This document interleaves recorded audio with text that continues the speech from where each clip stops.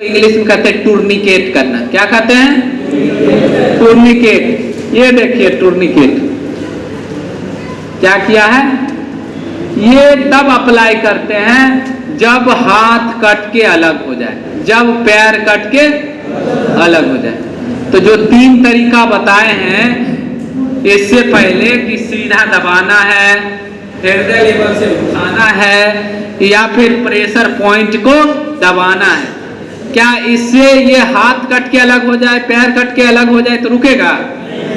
नहीं रुकेगा। इसके लिए क्या करना पड़ेगा?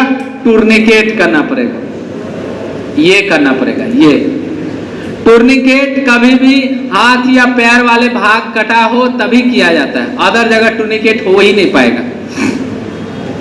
तो टूर्निकेट करने के लिए टूर्निकेट सिंगल बोन के ऊपर होता है। कहाँ होता है?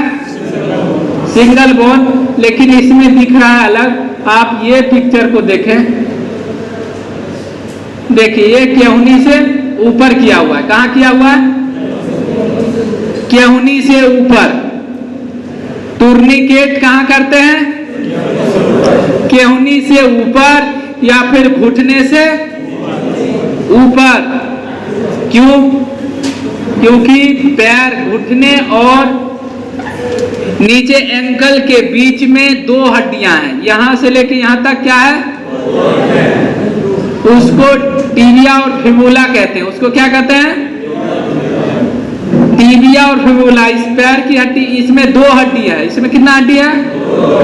लेकिन यहां से लेके ये पूरे जांघ में कितना हड्डी है? 1 हड्डी है। उसी तरह ये कलाई से लेकर केहूनी तक 2 हड्डी है, जिसको रेडियस और अल्ना कहते हैं। तो रेडियस और अल्ना कहते हैं।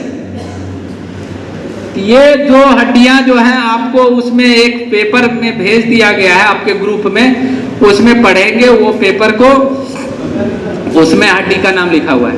ठीक है? तो यहां से यहां तक सिंगल हड्डी है, तो सिंगल हड्डी के ऊपर बांधना है, चाहे कटा हो यहां से या यहां से, लेकिन बंधेगा कहां से? केहूनी से ऊपर। या पैर कटा हो यहां से बंधेगा कहां? घुटने से ऊपर। और कैसे बांधेंगे? बेगर मेडिकल सहायता, बेगर मेडिकल आइटम की। आपके पास रुमाल हो जाएगा। हम यहाँ पर फर्स्ट एड में वही सारे चीजों से बताएंगे। धोती, गमछा, रुमाल, साड़ी, दुपट्टा, यही सारे चीजों से बताएंगे। कॉपी, किताब, गत्ता, कलम, लकड़ी, ये सब, बांस की फट्टी, ये सारे चीजों से बताएंगे कि कैसे खून को रोकना है और कैसे हड्डी टूट जाए तो उसको स्थिर करना है। तो यहाँ पे आपके पास एक रुमाल हो जाएगा, एक और रुमाल रहेगा, तो उसको ऐसे इतना चौड़ा करके यहाँ पे लपेट देंगे। अब क्या करेंगे कि उसको एक हल्का गांठ लगाएंगे। है ऐसा कुछ? आप उसका हल्का गांठ लगाएंगे। पहला यहाँ पे आप देखेंगे कि कपड़े से किस प्रकार से आपको करके सिर्फ दिखा देते हैं कि ब्लड को यहाँ से यदि हाथ कट जाए तो कैसे रोकना है। पहले जो 3 तरीका बताए उससे ये नहीं रुकेगा। डायरेक्ट प्रेशर बताए, एलिवेशन बताए, प्रेशर पॉइंट बताए। अभी जो चौथा तरीका ब्लड रोकने का है वो है टूर्निकेट। बाहरी रक्तस्राव रोकने के कितने तरीके? 4 तरीके। उसमें से देखिए, अभी देखिए, इनको मान लिया जाता है कि इनके दाहिने हाथ यहां से कट के अलग हो गया। क्या हो गया?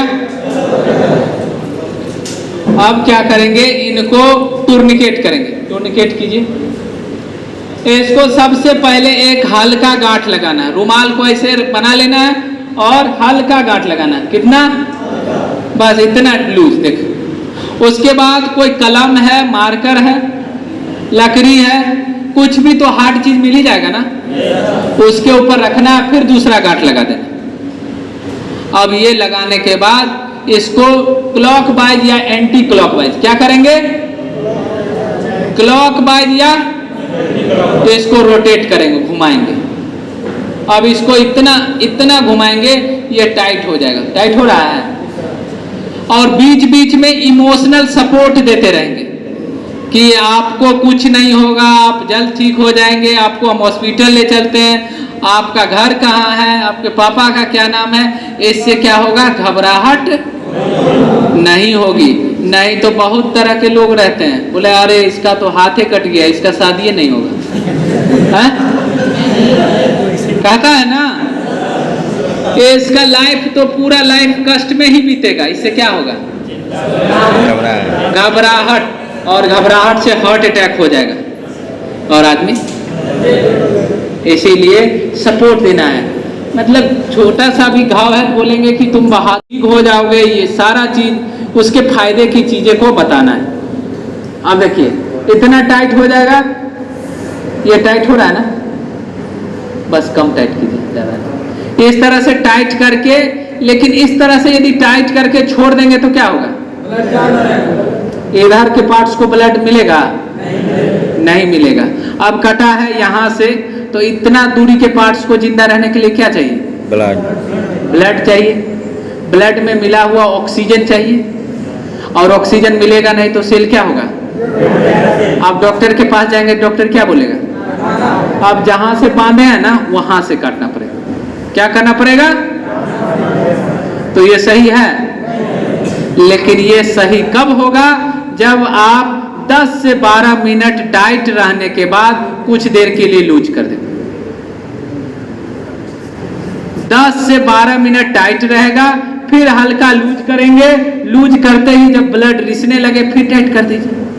अब क्या होगा, अब ब्लड का क्या होगा, साइकिलिंग हो जाएगा। मतलब जो अशुद्ध वाला ब्लड था वो चला जाएगा उधर, शुद्ध वाला ब्लड आ जाएगा।